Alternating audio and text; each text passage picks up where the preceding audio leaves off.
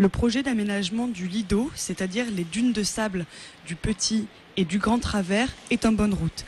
Les travaux d'agencement du littoral permettront de réhabiliter et de préserver les dunes et les plages héroltaises. Les grandes lignes projet d'aménagement, c'est la reconstitution de la plage avec un rensablement, c'est le recul stratégique des activités dont la route pour permettre justement à ce cordon dunaire de n'être plus coupé en deux et de retrouver un fonctionnement normal d'alimentation de la plage en sable. Les travaux prévoient un chemin piétonnier et une piste cyclable qui longe la plage et relie les parkings entre eux. Les transports en commun seront bien sûr privilégiés.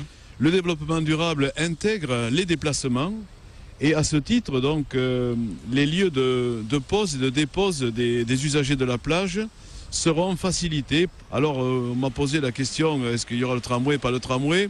Aujourd'hui, ce n'est pas le débat. Le projet d'aménagement du littoral est évalué à 5 millions d'euros et doit aboutir à l'été 2015.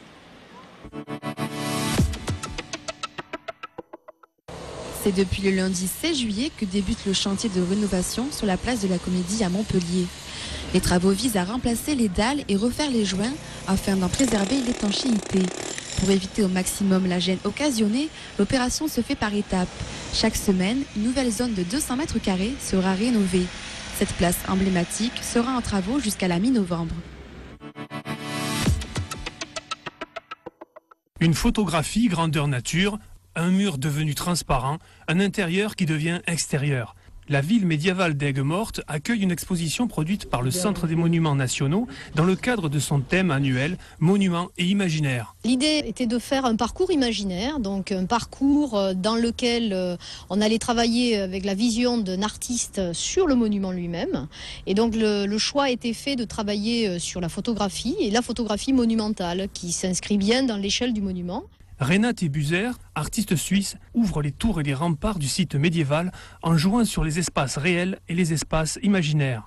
Et c'est un jeu avec des perspectives qui sont photographiées et des perspectives qui sont réelles.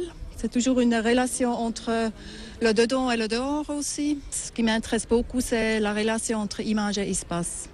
On est entre le trompe-l'œil et l'illusion.